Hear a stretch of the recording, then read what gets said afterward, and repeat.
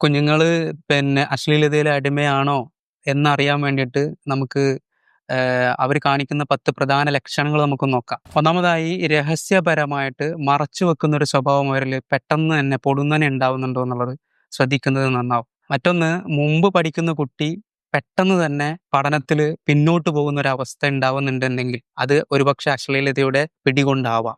മൂന്നാമതായി നമ്മള് സാധാരണ ഒരു മാനസികാവസ്ഥയിൽ നടന്നൊരു കുട്ടി പെട്ടെന്ന് ആ മാനസികാവസ്ഥ പെട്ടെന്നായിട്ട് ചേഞ്ച് ആവുന്നുണ്ടോ എന്ന് ശ്രദ്ധിക്കുന്നത് തീർച്ചയായിട്ടും നന്നാവും. മറ്റേറ്റവും വലിയ പ്രധാനപ്പെട്ട ഒരു കാര്യം എന്ന് പറയുന്നത് സാമൂഹികപരമായിട്ടുള്ള പിന്തിരിയൽ ഉണ്ടാവുന്നുണ്ടോ എന്നുള്ളത് വളരെ പ്രധാനപ്പെട്ട കാര്യം തന്നെയാണ്. അഞ്ചാമതായി, ഏൽപ്പിച്ചു കൊടുത്ത ഉത്തരവാദിത്തങ്ങളിൽ നിന്നും പിന്തിരിഞ്ഞോടാൻ വേണ്ടി ശ്രമിക്കുന്നുണ്ടെങ്കിൽ തീർച്ചയായിട്ടും ഒരുപക്ഷെ അശ്ലീലതയുമായി ബന്ധപ്പെട്ടിട്ട് അവൻ ആ പിടിയിൽ പെട്ടതായിരിക്കാം എന്നുള്ളത് ഓർക്കണം. ആറാമതായിട്ട്, അശ്ലീലതയുമായി ബന്ധപ്പെട്ട ആവശ്യങ്ങൾ വർദ്ധിക്കുന്ന ഒരു ത്വര, ആ ഒരു രീതിയിൽ, അതായത് ഒരുപക്ഷെ നെറ്റ് വേണം, മൊബൈൽ വേണം, മറ്റുള്ള ആവശ്യങ്ങളൊന്നുമില്ല, ആ തരത്തിൽ ഉള്ള ലക്ഷണങ്ങൾ പൊടുന്നനെ കാണിക്കുന്നുണ്ടെങ്കിൽ, അല്ലെങ്കിൽ ആ രൂപത്തിൽ കാണിക്കുന്നുണ്ടെങ്കിൽ തീർച്ചയായിട്ടും നമുക്ക് ഒരു നിരീക്ഷണം നല്ലതാണ്.